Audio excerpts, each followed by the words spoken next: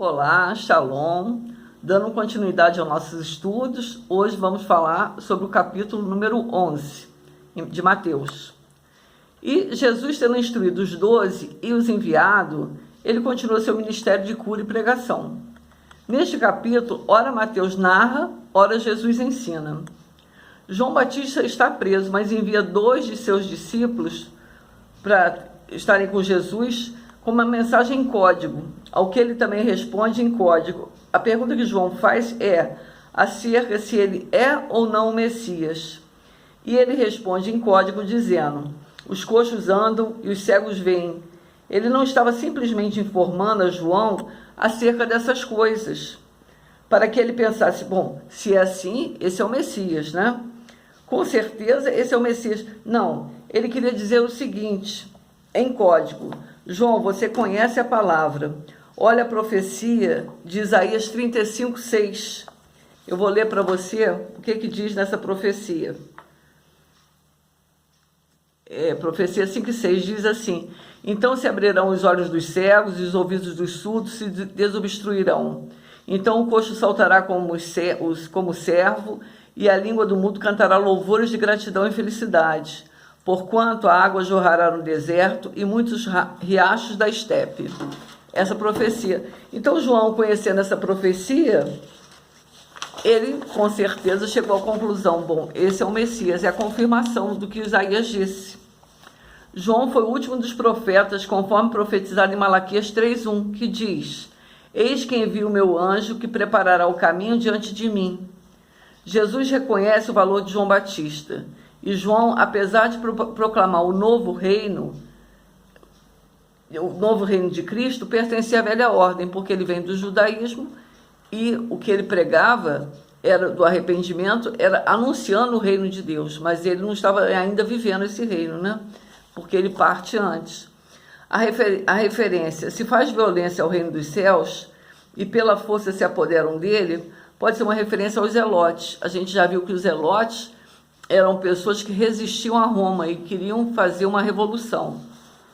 Jesus faz comparação dos homens do seu tempo com as crianças birrentas, que não queriam nem brincar com ele e nem brincar com João. Não queriam ouvir as boas novas, nem as advertências, que era para o homem se arrepender, né? Fecha com a sabedoria que traduz que a incredulidade não vai te levar à verdade. A pessoa incrédula, ela não vai chegar à verdade, porque ela não vai buscar. As 3 cidades impenitentes. Ele cita Corazim, Betsaida e Cafarnaum, que foram testemunhas dos milagres de Jesus, e ainda assim não se arrependeram. Essas cidades, ele pregava nesse tempo, ele curava, ele fazia os milagres nesse tempo, e essas cidades, elas se mantiveram firmes, sem se converter, sem se quebrantar, sem se arrepender. E aí ele faz alusão a Tiro e a Sidom, que eram portos marítimos de muitas riquezas e impiedades, e foram denunciados no Antigo Testamento. E ele diz que até mesmo Sodoma, que foi destruída por sua devassidão, e diz que se essas cidades tivessem visto o que agora está sendo operado em Cafarnaum, Betsaida e Corazim, eles teriam se arrependido. No seu tempo, com certeza, elas teriam se arrependido, e fala do dia do juízo final, que vai ter menos peso para essas cidades que não conheceram Jesus do que para aquelas que conheceram.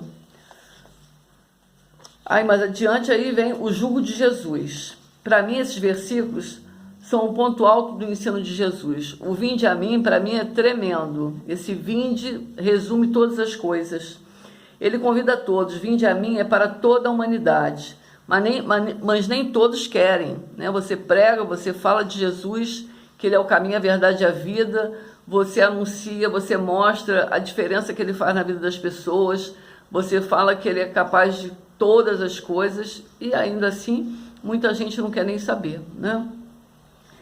Ele promete que renovará as forças de cada um, convida a aprender dele os exemplos de mansidão e humildade de coração, que quando fizermos isso, a nossa alma vai descansar. Quando ele declara que seu jugo é suave e seu fardo é leve, faz referência ao sistema religioso legalista, que era um fardo pesado. A religião, naquela época, ela exigia muito. E o que Jesus está querendo dizer que você não pode carregar um fardo pesado, você tem que se renovar. E Ele está ali para renovar suas forças.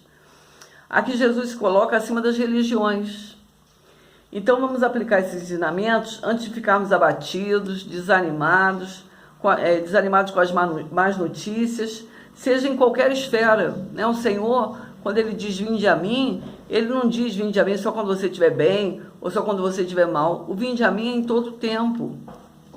Vamos nos lembrar do convite de Jesus, que vai sempre estar pronto para recolher o nosso fardo pesado. Então, assim, esse versículo é um versículo que tem que estar marcado e gravado no nosso coração. É para a gente usar ele sempre. Às vezes a gente pensa que esse versículo é para as pessoas que não conhecem Jesus, que não caminham com Ele. Esse versículo é para nós que temos intimidade com Ele e muitas das vezes nos deixamos nos abater, nos deixamos ficar, que a tribulação venha e entre no nosso coração, o desânimo, quantas coisas, não é? E aí a gente, às vezes, uma enfermidade que vem assolar a nossa vida, enfim, seja o que for, desemprego, filho problemático, não importa. O Senhor, Ele nos convida, né? Antes da gente entrar no olho do furacão, Ele nos convida a ir até Ele e depositar nele o nosso fardo pesado. E Ele garante, né, que o fardo dele é leve, o jugo dele é suave. Então que a gente grave essa mensagem, que a gente grave, que é para a gente usar sempre e para sempre, tá bem? A gente se vê daqui a pouco.